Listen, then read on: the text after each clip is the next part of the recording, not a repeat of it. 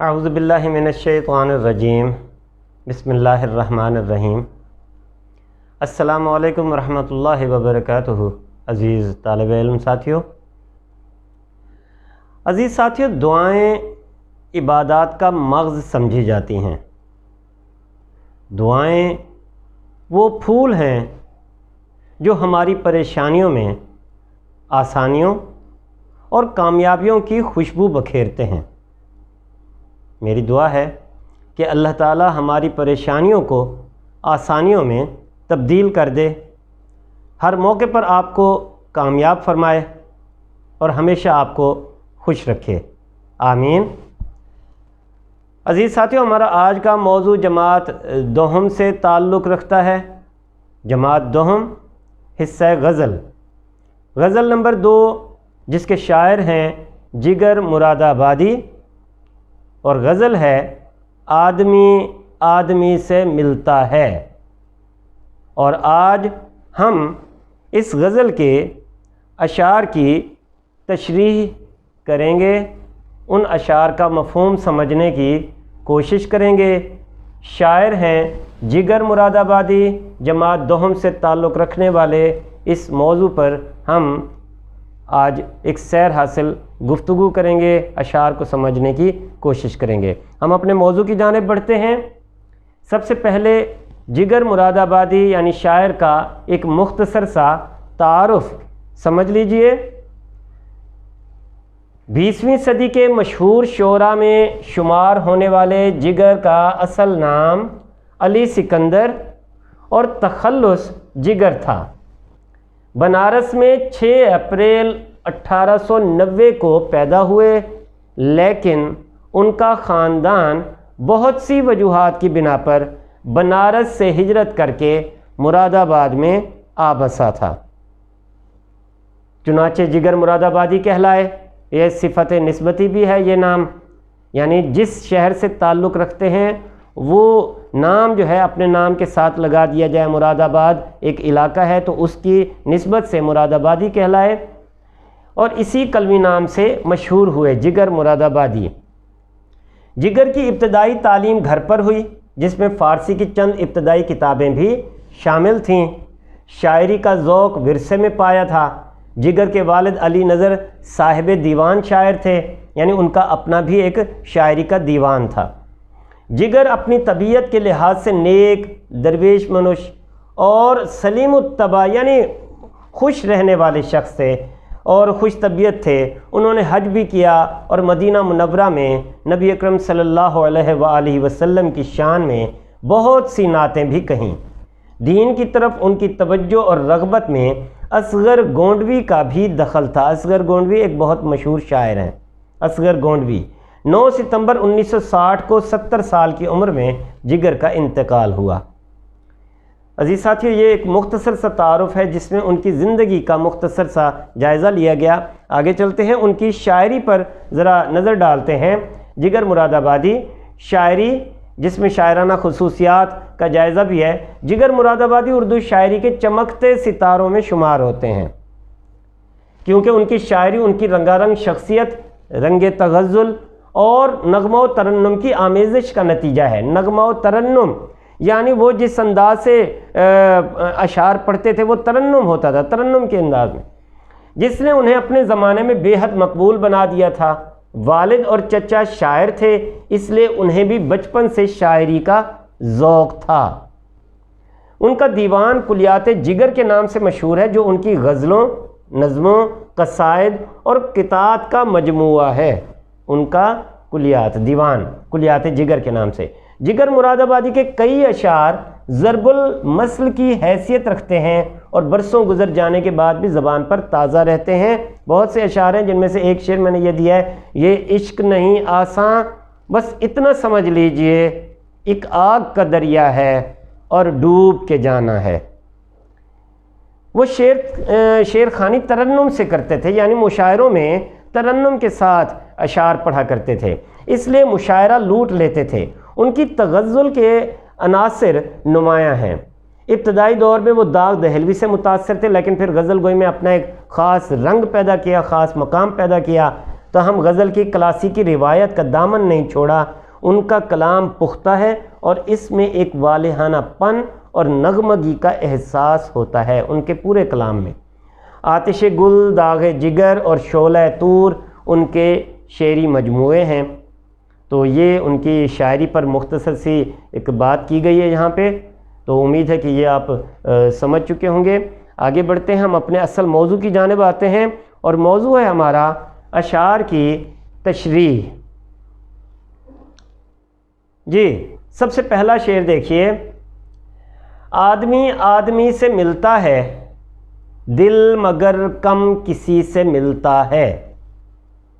اب اس میں دیکھیے، اگر ہم مختصر اور سادہ سے مفہوم کو دیکھیں اس شعر کے، تو کیا ہے کہ ہماری ملاقات روزانہ کئی لوگوں سے ہوتی ہے۔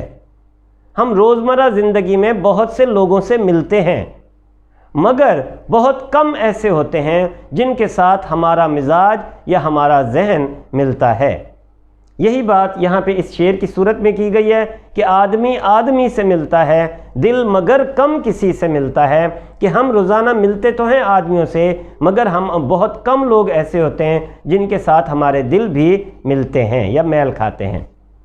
اب دیکھیں، شاعر طریقہ کار وہی ہوگا کہ یہاں پہ صرف شاعر کا نام آئے گا، شاعر جگر مراد آبادی، اور پھر تشریح کی ہیڈنگ دیکھیے۔ تشریح میں مختصر سا تعارف اس شاعر کا وہ بیان کر دیا گیا 2 لائنوں میں، اور پھر یہی ہر شعر کے آغاز میں ان کو آپ لکھیں گے۔ اگر 2 اشعار کی تشریح ایک ساتھ کرنے کو دی جاتی ہے تو پھر آپ ایک ہی مرتبہ اس کا تعارف یا حوالہ جو ہے نا وہ دیں گے۔ تشریح دیکھیے، علی سکندر جگر بنارس میں پیدا ہوئے، مگر مراد آباد میں ہجرت کر جانے کی وجہ سے جگر مراد آبادی کے قلمی نام سے مشہور ہوئے۔ جگر شعر ترنم سے پڑھتے تھے، اس لیے بے حد مقبول بھی تھے۔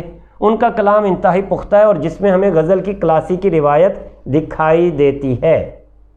شامل نصاب غزل ان کی کلیات سے لی گئی ہے، بظاہر یہ سادہ سی غزل اپنے اندر وسیع معنی لیے ہوئے ہے۔ یہ یہاں تک جو ہے یہ ابتدائی جملے ہیں جو تعارف کے طور پر پیش کیے جائیں گے۔ اپنی غزل کے اس مطلع میں، چونکہ پہلا شعر مطلع ہے، تو اپنی غزل کے اس مطلع میں انہوں نے انسانی نفسیات کو بیان کیا ہے۔ وہ کہتے ہیں انسانی نفسیات، ٹھیک ہے نا، کہ ہم روزانہ کئی لوگوں سے ملتے ہیں، کہ دنیا میں آدمی نہ جانے کتنے ہی دوسرے آدمیوں سے ملتا ہے، اور اس دنیا کی چہل پہل یعنی رونق اور انسانوں کو ایک دوسرے سے ملتے دیکھ کر دل کو ایک راحت کا احساس بھی ہوتا ہے۔ ہم بہت سے لوگوں سے ملتے ہیں، بہت سے لوگوں سے مل کر خوشی بھی ہوتی ہے، تو راحت کا احساس بھی ہوتا ہے، خوشی بھی ہوتی ہے۔ لیکن جب یہ حقیقت آشکارا ہوتی ہے کہ لوگ صرف اپنے فائدے کے لیے ہی دوسروں سے ملتے ہیں، تو بہت دکھ اور افسوس ہوتا ہے۔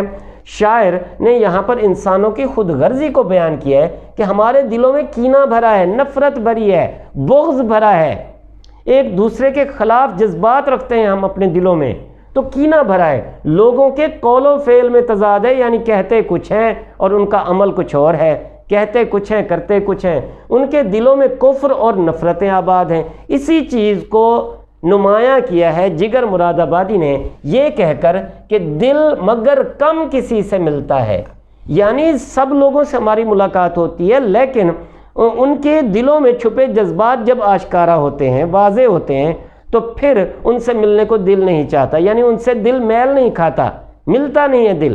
وجہ کیا ہے کہ دلوں میں نفرتیں ہیں۔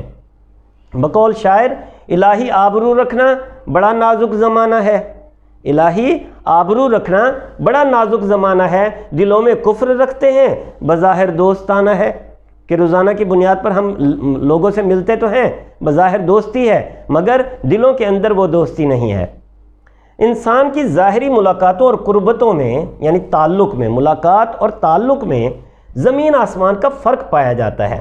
اگر دل میں پرخلوص محبت ہو تو فاصلے کوئی اہمیت نہیں رکھتے، اور حقیقت بھی یہی ہے کہ اگر انسان دور بھی رہتا ہو تو خلوص کم نہیں ہوتا، خلوص ہے تو محبت کم نہیں ہوتی، کوئی اہمیت نہیں رکھتے فاصلے۔ لیکن اگر دلوں میں نفرت اور بغض ہو تو قربت سے بھی کوئی فرق نہیں پڑتا، بھلے آپ اس کے ساتھ 24 گھنٹے کا وقت گزاریں، سارا دن اس کے ساتھ رہیں، لیکن اگر دلوں میں بغض ہے، نفرت ہے، تو پھر وہ تعلق جو ہے، قریبی تعلق، وہ بھی کوئی معنی یا کوئی اہمیت نہیں رکھتا۔ شاعر کہتے ہیں کہ ہم بظاہر تو ایک دوسرے سے مل رہے ہوتے ہیں، لیکن ہمارے مزاج اور دل بہت کم کسی سے ملتے ہیں۔ وہ بہت خوش نصیب لوگ ہوتے ہیں جو ایک دوسرے سے دلی محبت کرتے ہیں۔ ٹھیک ہے جی، بہت خوش نصیب ہوتے ہیں جو ایک دوسرے سے دلی محبت کرتے ہیں، ان کے دلوں میں محبت جو پائی جاتی ہے وہ خلوص والی پائی جاتی ہے۔ تو یہاں پر بہت آسان سا شعر ہے، بس اس کا مفہوم بیان کرنا آپ کی مہارت ہے کہ آپ کس طریقے پر اس کو وضاحت کے ساتھ پیش کرتے ہیں۔ نثری صورت میں آدمی آدمی سے ملتا ہے، دل مگر کم کسی سے ملتا ہے، کہ روزانہ ہم بہت سے لوگوں سے ملتے ہیں لیکن بہت کم ایسے ہوتے ہیں جن کے ساتھ ہمارا مزاج، ہمارا ذوق یا ہمارے دل ملتے ہیں۔ اور پھر آپ نے وجہ بیان کرنی ہے کہ وجہ کیا ہے، کہ ہمارے دلوں میں محبت یا نفرت پائی جاتی ہے، جس کی وجہ سے ہمارے دل یا تو مل جاتے ہیں یا پھر ایک دوسرے سے ہم نفرت کرنے لگتے ہیں۔ تو یہ اس کا اصل مفہوم ہے۔ آگے چلتے ہیں اگلے شعر کی جانب۔ شعر نمبر 2 دیکھیے، بھول جاتا ہوں میں ستم اس کے، وہ کچھ اس سادگی سے ملتا ہے۔ بھول جاتا ہوں میں ستم اس کے، وہ کچھ اس سادگی سے ملتا ہے۔ اب اس کا مفہوم دیکھیے کہ جب بھی، یعنی مجازی ہے، مجازی مفہوم اس میں بیان کیا گیا، مجازی محبوب کی بات کی گئی ہے، محبوب مجازی یعنی ایک ظاہری وجود رکھنے والے انسان کی بات کی گئی ہے کہ جب انسان اس سے محبت میں مبتلا ہوتا ہے، اور یہ اردو شاعری کی یہ روایت ہے کہ جب انسان محبت اور عشق میں مبتلا ہوتا ہے تو پھر اس کو ظلم و ستم کا سامنا کرنا پڑتا ہے، پھر اس کو اذیت، مصیبت، ملامت، بلائیں، ان ساری چیزوں کا سامنا کرنا پڑتا ہے۔ ٹھیک ہے جی، تو وہ کہتا ہے کہ محبوب جو ہے نا وہ تو روایتی محبوب ہے، وہ تو ظلم کرنا اس کی روایت میں شامل ہے، اس کی عادت میں شامل ہے، لیکن اگر کبھی وہ مجھ پر ملتفت ہو جائے، مجھ پر مہربان ہو جائے اور ایک نظر محبت کی ڈال لے تو میں اس کے تمام ظلم و ستم بھلا دیتا ہوں۔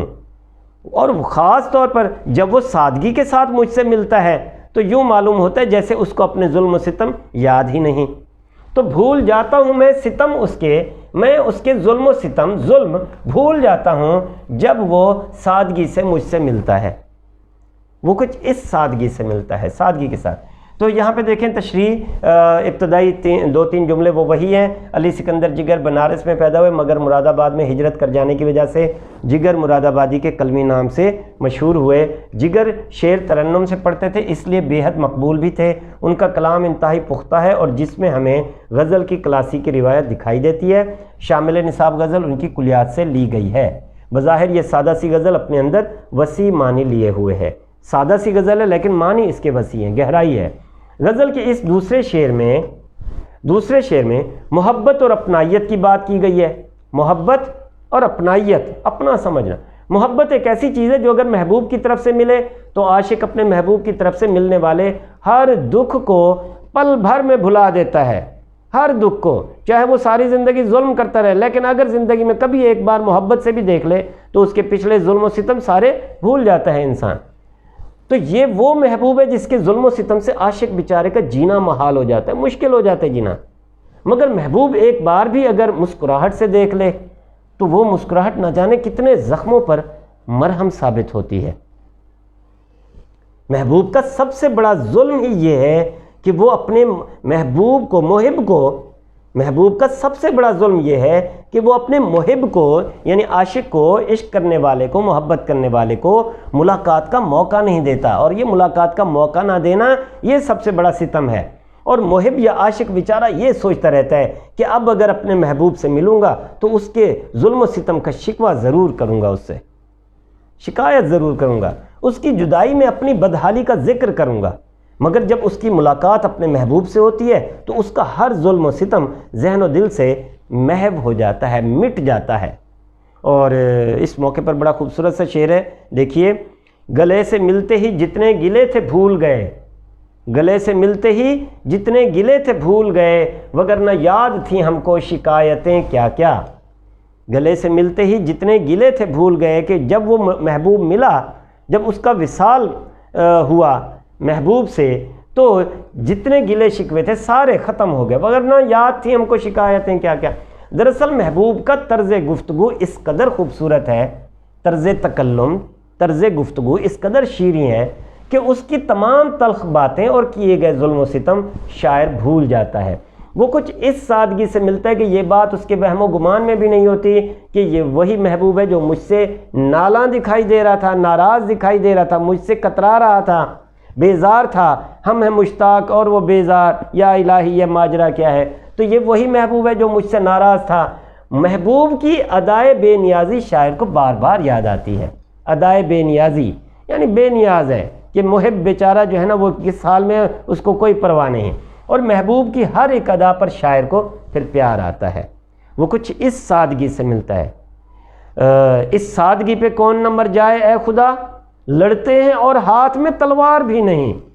دیکھیے جی محبوب کی سادگی ہے، اور اس کو کس کس طرح سے پیار پیش کیا جاتا ہے، شعراء کرام نے کس کس طرح سے پیش کیا ہے۔ اس لیے وہ محبوب پر یعنی جو عاشق ہے، جو محب ہے، محبت کرنے والا، وہ محبوب پر دل و جان نچھاور کرنے کو بھی تیار ہو جاتا ہے۔ محبوب پر بقول شاعر گلا بھی تجھ سے بہت ہے مگر محبت بھی، گلا بھی تجھ سے بہت ہے مگر محبت بھی، وہ بات اپنی جگہ ہے، یہ بات اپنی جگہ۔ امید ہے کہ شعر آپ سمجھ چکے ہوں گے۔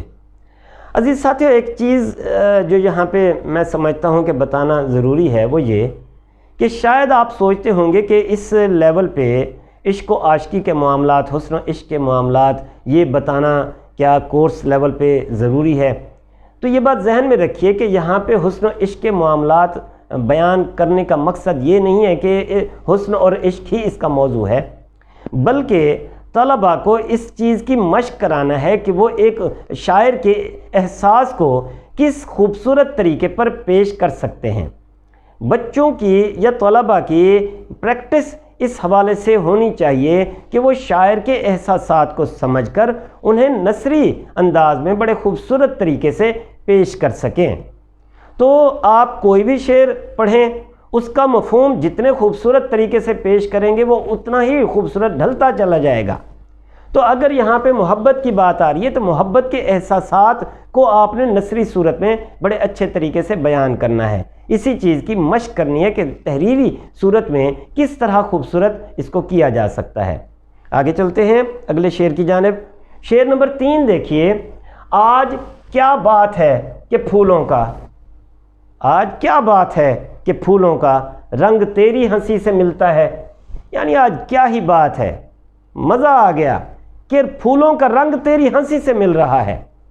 تو یہاں پہ اس کا سادہ سا مفہوم کیا ہے کہ پھولوں یعنی پھولوں کے رنگ کو بھی محبوب کی ہنسی سے ملا دیا گیا ہے، یا پھر لفظی مناسبت دیکھیے، لفظی خوبصورتی دیکھیے، پھول بھی کھل اٹھتے ہیں اور جب انسان مسکراتا ہے تو چہرہ بھی کھل اٹھتا ہے، ٹھیک ہے جی، ہنسی کی وجہ سے چہرہ بھی کھل اٹھتا ہے۔ بہرحال آگے چلتے ہیں۔ شاعر جگر مراد آبادی، یہ ابتدائی جملے وہی ہو گئے۔ آگے چلتے ہیں۔ غزل کے اس تیسرے شعر میں محبوب کی مسکراہٹ کو پھولوں میں محسوس کیا جا رہا ہے۔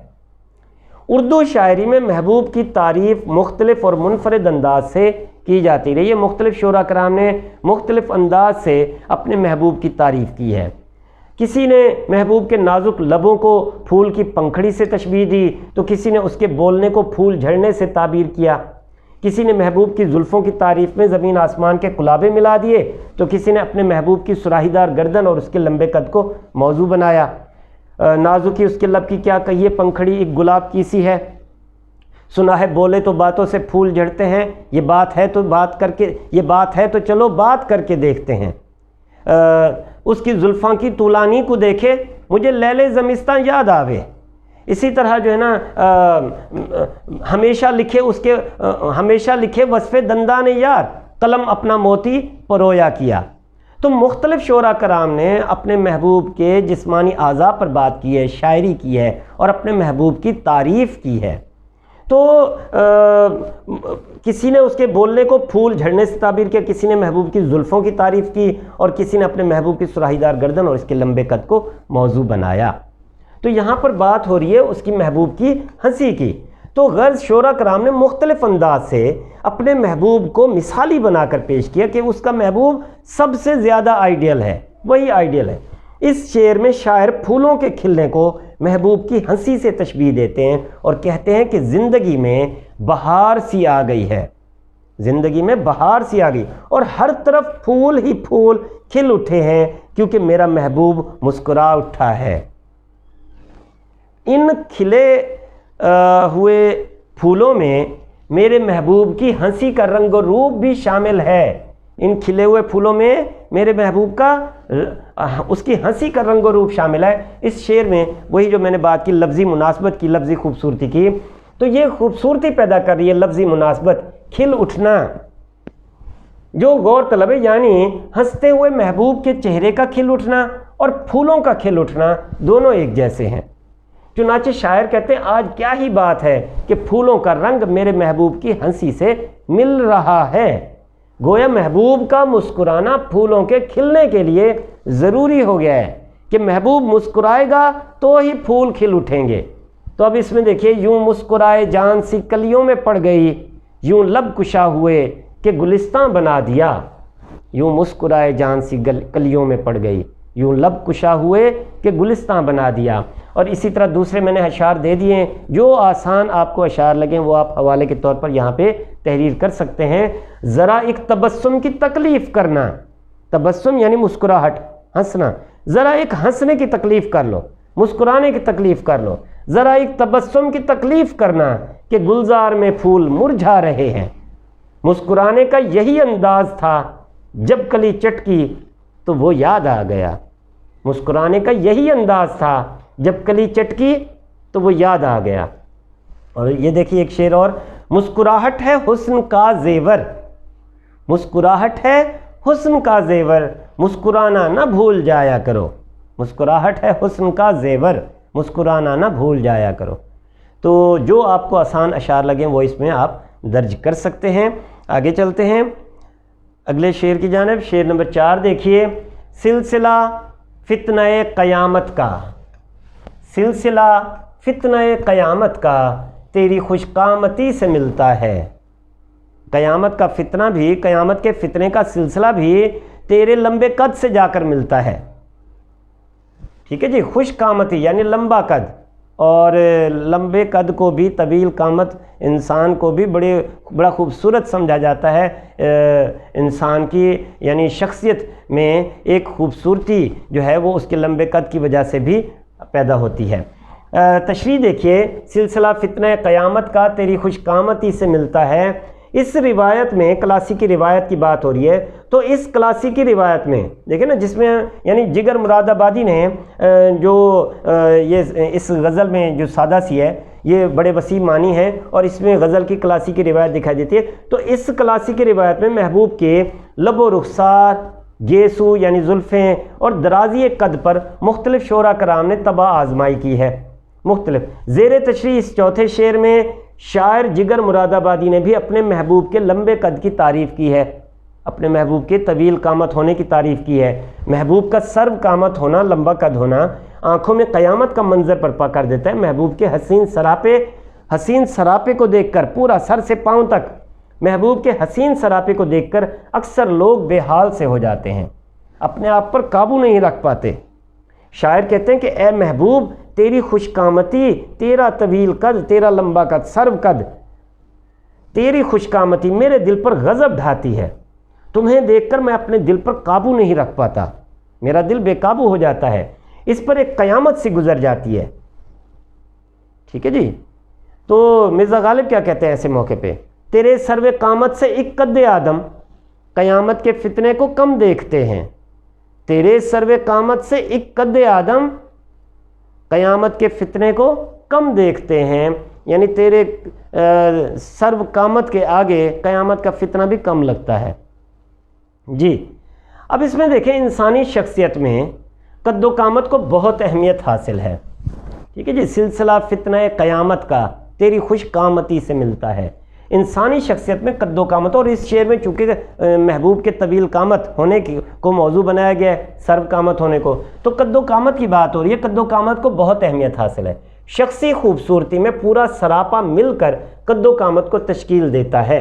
اس کی سراہی دار گردن، اس کا حسین چہرہ، اس کے یعنی بازو، اس کا پورا جسم جو ہے، پورا سراپا مل کر قد و قامت کو تشکیل دیتا ہے۔ بہت سے شعراء نے محبوب کے سراپا اور بلند قامتی کو موضوع سخن بنایا، یہاں تک کہ محبوب کے دراز قد کو قیامت سے تشبیہ دیتے بھی دکھائی دیتے ہیں۔ شاعر کیا کہتا ہے ایسے موقع پہ؟ جب تک نہ دیکھا تھا قد یار کا عالم، جب تک نہ دیکھا تھا قد یار کا عالم، میں معتقد فتنہ محشر نہ ہوا تھا، میں معتقد فتنہ محشر، محشر کے فتنے کا معتقد نہ ہوا تھا جب تک میں نے اپنے محبوب کے طویل قد کو نہ دیکھا۔ قد یار کا عالم یعنی محبوب کا درازی قد کا حامل ہونا، اس کے لمبے قد کا حامل ہونا اپنی جگہ مثالی خوبی ہے جو محبوب کو اور زیادہ حسین بناتی ہے، خوبصورت بنا دیتی ہے، اتنا حسین کہ قیامت کا فتنہ برپا ہونے کا گمان ہوتا ہے۔ شاعر اسی چیز کو موضوع بناتا ہے کہ اے محبوب، تیرے لمبے قد کی وجہ سے مجھے لگتا ہے کہ فتنہ و فساد ہی برپا نہ ہو جائے جو قیامت سے بھی طویل ہو سکتا ہے۔ بقول شاعر، چشم بد دور عجب خوش قد و قامت ہوگا، ابھی فتنہ ہے کوئی دن میں قیامت ہوگا۔ تو خوبصورت سے اشعار ہیں، امید ہے آپ یاد کر لیں گے، اور بہت آسان ہیں، ان اشعار کی مدد سے اصل شعر کو سمجھنا آسان ہو جاتا ہے۔ آگے بڑھتے ہیں اگلے شعر کی جانب۔ شعر نمبر 5 دیکھیے، مل کے بھی جو کبھی نہیں ملتا، مل کے بھی جو کبھی نہیں ملتا، ٹوٹ کر دل اسی سے ملتا ہے، مل کے بھی جو کبھی نہیں ملتا، ٹوٹ کر دل اسی سے ملتا ہے۔ اب یہ شعر جو ہے نا، اس کو ذرا پڑھیے، بار بار پڑھیے اور پھر توجہ دیجیے کہ اس میں کیا بات کی گئی۔ اس میں مجازی محبوب کی بات نہیں ہے، اس میں جو ہے نا معرفت کی بات ہے۔ اور یہ دیکھیں تو اللہ تعالیٰ کے جلوے ہر جگہ پہ ہیں، اللہ تعالیٰ کی قدرت کی نشانیاں ہر جگہ پہ بکھری پڑی ہیں۔ مل کے بھی جو کبھی نہیں ملتا، ٹوٹ کر دل اسی سے ملتا ہے۔ اب اس میں کیا ہے کہ جو یعنی ہم کائنات میں بکھری چیزوں کو دیکھ کر یہ یقین کر لیتے ہیں کہ یہ واقعی اللہ تعالیٰ نے بنائی ہے، اللہ تعالیٰ کی قدرت کی نشانیاں ان میں موجود ہیں، مگر ہمیں اللہ تعالیٰ کی ذات نظر نہیں آتی۔ مل کے بھی جو کبھی نہیں ملتا، ہمیں وہ ذات نظر ہی نہیں آتی، ٹوٹ کر دل اسی سے ملتا ہے۔ مگر یہ دل ہے کہ جب معرفت میں ڈوب جاتا ہے، جب اس کی محبت میں پڑ جاتا ہے تو پھر اسی سے ہی جا کر ملتا ہے، بھلے وہ نظر نہ آئے لیکن محبت اس سے قائم ہو جاتی ہے۔ اب اس میں دیکھیں کہ ہمیں غزل کی کلاسیکی روایت دکھا دیتے، غزل کے اس 5ویں شعر میں معرفت الہی کا بیان ہے، اللہ تعالیٰ کی پہچان کا بیان ہے۔ دیکھا جائے تو اللہ کا جلوہ کائنات میں ہر طرف دیکھنے کو مل جاتا ہے، لیکن خود اللہ کی ذات کسی کو نظر نہیں آتی۔ زمین ہو یا آسمان، کائنات کے ذرے ذرے میں اللہ کی قدرت کے جلوے نمایاں ہیں، چاہے سمندر ہو، پہاڑ ہو، سورج، چاند، ستارے، کائنات کی کوئی بھی چیز ہو، ان ساری تخلیقات کو دیکھ کر یقین ہونے لگتا ہے کہ اللہ تعالیٰ ہی ان کا خالق ہے۔ تو قدرت کے جلوے اللہ کے وہ نمایاں ہیں، مگر ان سب کے بنانے والے کو یعنی اللہ تعالیٰ کو کسی نے نہیں دیکھا۔ تو شاعر کیا کہتا ہے ایسے موقع پہ؟ خدا ایسے احساس کا نام ہے، خدا ایسے احساس کا نام ہے، رہے سامنے اور دکھائی نہ دے، خدا ایسے احساس کا نام ہے، رہے سامنے اور دکھائی نہ دے۔ ہاں، وہ شخص جو اللہ تعالیٰ سے لو لگا لے، محبت قائم کر لے، تعلق قائم کر لے، رابطہ بنا لے، وہ اسی ذات باری کا ہو کر رہ جاتا ہے۔ ٹوٹ کر ملنا، ٹوٹ کر ملنا، دو معنی ہے اس کے، ایک تو دل ٹوٹ جاتا ہے تو مل جاتا ہے، ٹوٹے ہوئے دلوں میں اللہ تعالیٰ بستا ہے، دلوں میں اللہ تعالیٰ بستا ہے۔ ٹوٹ کر ملنا ایک محاورہ ہے جس کا مطلب ہے بہت ہی زیادہ چاہت کا ہونا، بہت زیادہ ٹوٹ کر چاہنا۔ اس کے ساتھ یہ بھی ہے کہ انسان کے جب دل پر ٹھیس لگتی ہے، جب دل ٹوٹتا ہے تو پھر انسان اس دنیا سے قطع تعلق کر لیتا ہے، تعلق توڑ لیتا ہے اس دنیا سے، اس اللہ سے تعلق جوڑ لیتا ہے۔ پھر وہ ذات باری بڑی شدت اور گرم جوشی سے اس کے دل میں بس جاتی ہے، اور انسان پھر معرفت کی منزلیں طے کرنے لگتا ہے۔ معرفت پر مبنی اس شعر میں بھی مل کے بھی جو کبھی نہیں ملتا، ٹوٹ کر دل اسی سے ملتا ہے، اس شعر میں بھی شاعر یہی کہتے ہیں کہ اللہ تعالیٰ کا جلوہ ہر طرف ہے، جس چیز کو بھی دیکھیں اس میں اللہ تعالیٰ کا جلوہ نمایاں طور پر نظر آتا ہے۔ انسان اگر خود اپنی ذات پر غور کر لے، میں اپنی ذات پر غور کروں کہ اللہ تعالیٰ نے کیسے بنایا ہے، کیسے یہ جسم تخلیق کیا، پیدائش سے موت تک کس طرح کے حالات و واقعات سے انسان دوچار ہوتا ہے، تو اس کا بڑھنا، پھلنا، پھولنا، ترقی، تنزلی، تو یقیناً ایک انسان جان جائے گا کہ کوئی ایسی ذات ضرور ہے جو اس پوری کائنات کو سنبھالے ہوئے ہے۔ تو وہ ذات ذرے ذرے میں پوشیدہ ہے، پھر بھی وہ کسی کو دکھائی نہیں دیتا، وہ اللہ تعالیٰ کی ذات کسی کو دکھائی نہیں دیتی۔ بقول شاعر، اپنی پہچان کی خاطر ہے بنایا سب کو، اپنی پہچان کی خاطر ہے بنایا سب کو، سب کی نظروں سے مگر خود کو چھپا رکھا ہے۔ ٹھیک ہے جی، تو معرفت کا شعر ہے، آسان ہے، سمجھنے کی کوشش ضرور کیجیے۔ آگے چلتے ہیں اگلے شعر کی جانب۔ شعر نمبر 6 دیکھیے، کاروبارے جہاں سنورتے ہیں، کاروبارے جہاں سنورتے ہیں، ہوش جب بے خودی سے ملتا ہے، کاروبارے جہاں سنورتے ہیں، ہوش جب بے خودی سے ملتا ہے، یعنی کاروبار سے مراد کام، کام اس وقت ہی خوبصورت ہوتا ہے، بنتا ہے، بہتر ہوتا ہے، کامیابی انسان کو اس وقت ملتی ہے جب انسان ہوش میں رہتے ہوئے بے خودی میں چلا جائے، غرق ہو جائے اس کام میں، ہوش و حواس کے ساتھ کام کرے لیکن اپنے آپ کو دنیا مافیا سے بالکل قطع کر لے، تعلق توڑ لے اور اسی کام میں غرق ہو کر، مگن ہو کر جو ہے نا اس کو کامیاب کرے۔ دیکھیں جی، اب اس میں کیا ہے، زیر تشریح 6 شعر میں شاعر کہتے ہیں کہ دنیاوی معاملات میں کامیابی کے لیے ہم مختلف انداز اپناتے ہیں، زندگی کا کوئی بھی شعبہ ہو، اس میں کامیابی کے لیے ہمیں اپنی ذات کے ساتھ ساتھ اپنے گرد و پیش کو بھی بھلانا ہی پڑتا ہے۔ گرد و پیش کو یعنی ہمارے ارد گرد کیا ہو رہا ہے، ہمیں اس کی خبر نہیں ہونی چاہیے، ہم اپنے کام میں مگن ہوں، اور یہی پھر کامیابی کی معراج بھی ہوتی ہے۔ بے خودی کی منزل پانے کے بعد جب انسان اپنے آپ کو ارد گرد سے بالکل ماورا کر لیتا ہے، ہٹا لیتا ہے، تعلق ختم کر لیتا ہے اور اپنے کام میں مگن ہو جاتا ہے، تو یہ بے خودی کی منزل ہے۔ بے خودی کی منزل پانے کے بعد تمام دنیاوی معاملات خود بخود سنورنا شروع ہو جاتے ہیں۔ کسی کام میں جب تک انسان اپنے آپ کو مکمل طور پر غرق نہ کر لے، مگن نہ کر لے، وہ اس کام میں نکھار پیدا نہیں کر سکتا۔ ایک فنکار جب اپنے کام میں مگن ہوتا ہے تو ایک شاہکار تشکیل دیتا ہے۔ بقول شاعر، عمر جو بے خودی میں گزری ہے بس وہی آگہی میں گزری ہے، بے خودی میں گزرنے والی عمر ہی اصل عمر ہے، بس وہی آگہی میں گزری ہے، کہ وہی اس سے ہی کامیابی ملی۔ آگے چلتے ہیں، اس کو ذرا دیکھیے، زیر تشریح شعر میں کیا کہتا ہے شاعر کہ دنیا کے کام اس وقت بنتے ہیں، خوبصورت ہوتے ہیں جب انسان اپنے ہوش و حواس میں کام کرتے کرتے اس درجہ مگن ہو جائے کہ اسے دنیا و مافیہ کا خیال ہی نہ رہے، یعنی انسان کا ہوش اس کی بے خودی سے مل جائے۔ اس حوالے سے انسان کا جذبہ عمل بہت اہمیت کا حامل ہے، عمل کرنے کا جذبہ، کام کرنے کا جذبہ بڑا میٹر کرتا ہے۔ انسانی زندگی کا دار و مدار ہی جذبہ عمل پر ہے، اور دیکھا جائے عمل سے زندگی بنتی ہے، جنت بھی جہنم بھی، تو یہ انسانی زندگی کا دار و مدار جذبہ عمل پر ہے۔ جو لوگ بیٹھ کر منصوبہ بندی کرتے، وقت گزار دیتے، وہ عملی طور پر صفر ہوتے ہیں۔ صرف پلاننگ کرنے سے کچھ نہیں ہوتا، عمل بھی چاہیے۔ تو جو زندگی کے کسی بھی میدان میں وہ لوگ کامیابی حاصل نہیں کر سکتے، وہ منصوبہ بندی، محض منصوبہ بندی کرنے والے لوگ، جب تک کہ اس میں عمل کا جذبہ پیدا نہ ہو جائے۔ تو بقول شاعر کیا ہے، رکے جو لوگ تو ایک آب جو بھی دریا تھی، آب جو نہر، پانی کی نہر، رکے جو لوگ تو ایک آب جو بھی دریا تھی کہ وہ اس چھوٹی سی نہر کو، ندی کو بھی پار نہیں کر سکے، اتر گئے تو سمندر بھی تا کمر نکلے، کہ جو لوگ پھر اتر جاتے ہیں پانیوں میں وہ پھر اس کی گہرائی کو نہیں دیکھتے، اتر گئے تو سمندر بھی تا کمر نکلے۔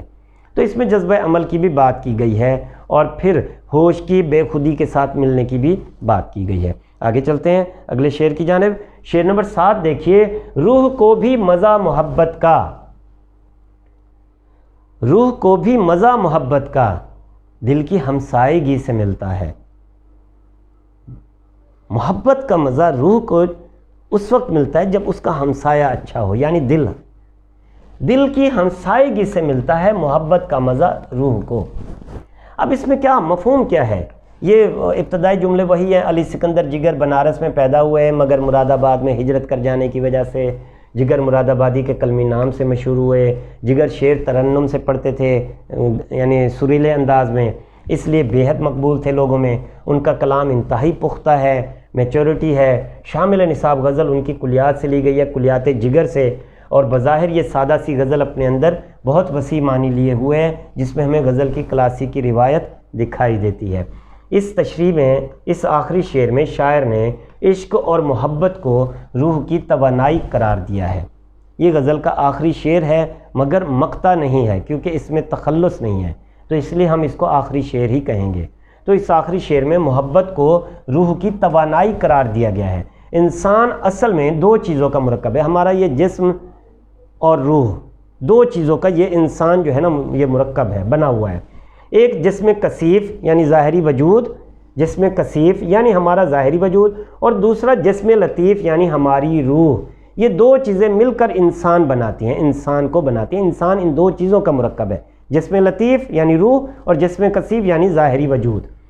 روح اور جسم کا آپس میں گہرا تعلق ہے۔ روح کے بغیر جسم بیکار اور جسم کے بغیر روح کی کوئی حیثیت نہیں، بے معنی۔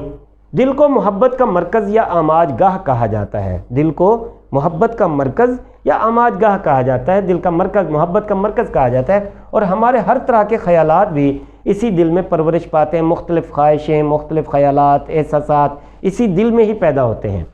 اگر اچھے خیالات ہوں گے تو روح کو ایک گونا خوشی ملے گی، اچھے خیالات ہوں گے تو روح بھی خوش ہوگی، کیونکہ روح ایک پاکیزہ جذبے کا نام بھی ہے اور اسے دل کے قریب رہنے میں مزہ بھی ملتا ہے۔ بقول شاعر، اچھا ہے دل کے ساتھ رہے پاسبان عقل، اچھا ہے دل کے ساتھ رہے پاسبان عقل، لیکن کبھی کبھی اسے تنہا بھی چھوڑ دے۔ اچھا ہے دل کے ساتھ رہے پاسبان عقل، لیکن کبھی کبھی اسے تنہا بھی چھوڑ دے۔ جی، شاعر کے نزدیک محبت روح انسانی کے لیے خوشی کا باعث ہوتی ہے، کیونکہ محبت دل کو محبت کی آماج گاہ سمجھا جاتا ہے، محبت کا مرکز سمجھا جاتا ہے۔ دل روح کی مسند بھی کہلاتا ہے۔ مسند یعنی نشست، سیٹ، کرسی۔ دل روح کی مسند ہے جس پر روح بیٹھی ہوئی ہے۔ دل محبت کا مرکز بھی ہے، اور روح اور دل کا آپس میں گہرا تعلق یا ہمسائیگی کا تعلق بھی ہوتا ہے۔ اس لیے جب دل میں پاکیزہ محبت کے جذبات پیدا ہوتے ہیں تو اس کا مطلب ہمسایہ بہت اچھا ہے، ہمسایہ بہت اچھا ہے، اور روح بھی اس محبت کا مزہ لیتی ہے۔ کہا جاتا ہے ہمسایہ اچھا ہو تو زندگی اچھی گزرے گی، اور ہمسایہ برا ہوگا تو زندگی جہنم بن جائے گی۔ چنانچہ روح انسانی کو زندگی کا سارا لطف اور سرور دل کے ہمسائے ہونے سے ملتا ہے۔ شاعر کہتا ہے کہ محبت ہی روح کے لیے خوشی کا باعث ہوتی ہے، محبت روح کے لیے خوشی کا باعث ہوتی ہے، اور جب روح خوش ہوتی ہے تو انسانی چہرے پر بھی رونق آ جاتی ہے۔ روحانی خوشی جب اسے ملتی ہے تو اس کا اظہار چہرے سے بھی ہوتا ہے۔ دل کو روح کی آنکھ بھی کہا جاتا ہے، روح کی آنکھ کہا جاتا ہے دل کو۔ دل کی تاثیر مضبوط قلعے کی مانند بھی ہے، دل کی حیثیت ایک مضبوط قلعے کی مانند ہے جو برائی کی قوتوں کے خلاف جسم اور روح کا دفاع کرتا ہے، بچاتا ہے، بچاؤ کرتا ہے جسم کا بھی اور روح کا بھی برائی کی قوتوں کے خلاف۔ ٹھیک ہے جی، یعنی دل کی حیثیت ایک مضبوط قلعے کی ہے۔ وجدان، ادراک اور الہامی کیفیات دل کی کڑی ریاضت یعنی دل کی کڑی مشق کا نتیجہ ہیں، ثمر ہوتی ہیں۔ اس لیے دل جتنا حساس ہوگا، سینسٹیو ہوگا، روح کا تعلق دل سے اتنا ہی مضبوط ہوگا، اور دل اگر محبت کا گڑھ ہوگا تو روح بھی اس محبت کا صحیح لطف حاصل کرے گی۔ جی عزیز ساتھیو، امید ہے کہ آپ یہ مطلب سمجھ چکے ہوں گے۔ دل کو یہاں پہ 3-4 حیثیتوں سے بیان کیا گیا۔ محبت کی آماج گاہ، محبت کا مرکز، دل کو روح کی آنکھ قرار دیا گیا، اور دل کو روح کی مسند بھی کہا گیا۔ دل کا روح کے ساتھ ایک گہرا تعلق بیان کیا گیا ہے۔ امید ہے کہ یہ شعر آپ سمجھ چکے ہوں گے، اور آج کے لیے اتنا ہی بہت ہے۔ ہم اپنے اگلے پروگرام میں اس غزل کے مشقی سوالات کی مدد سے ایک بار پھر اس غزل کو سمجھنے کی کوشش کریں گے۔ اپنا بہت خیال رکھیے۔ اللہ تعالیٰ آپ کا حامی و ناصر ہو۔ اس ویڈیو کو لائک، شیئر اور سبسکرائب کرنا مت بھولیے، اور یاد سے بیل آئیکن ضرور پریس کیجئے تاکہ آپ کو اس طرح کی تمام ویڈیوز ملتی رہیں۔ اللہ حافظ۔